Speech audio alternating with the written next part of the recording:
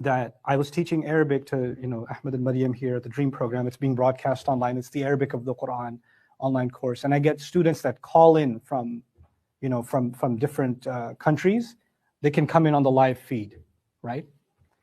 And the student comes on the live feed. Ustad, I've been studying. I'm making a lot of progress. I'm in France. I was like, wow, in France, cool. And he says, you won't believe where I am. I was like, where are you? He goes, I'm in my jail cell. I was like, what? You're in your jail cell? He turns the camera around, and it's a prison cell. And he literally points the camera at the bars, and there's people outside in the yard, in the prison yard, playing.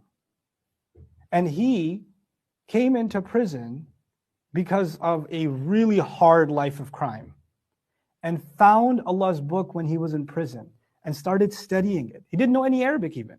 Started studying it, started learning, started a little bit of Arabic, started listening to lectures of the Quran. He transformed. They saw such a change. He was the most dangerous gangster in there. They saw such a change in him that they allowed him internet access and a phone. Here, you can study in your jail cell. They allowed him that. And you know what happened? 16, 17 guys in jail took Shahada because of him. And then on top of that, you know what else happened? Those guys, he fell in love with Surah Yasin. I had done some lectures on Surah Yasin some years ago, and they're on YouTube. He watched those lectures. He completely falls in love with this surah, right? So he memorized Surah Yasin.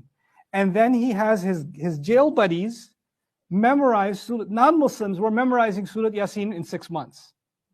And for each ayah they memorized, or each phrase they memorized, they were actually watching those videos, and he was translating them in French for them. So they knew the tafsir of each piece of the ayat while in prison. And then some of them went back, and their entire families became Muslim through Surah Yasin.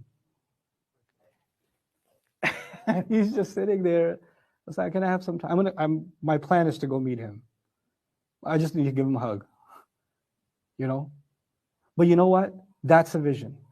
My vision isn't, oh, I want to expand the campus or get a bit of, or do big documentaries or this or that. No, I just want to find people that have found inspiration in the Book of Allah, to capture their stories, to support them in whatever way I can, so they can inspire others with the Book of Allah, so they can inspire others with the Book of Allah.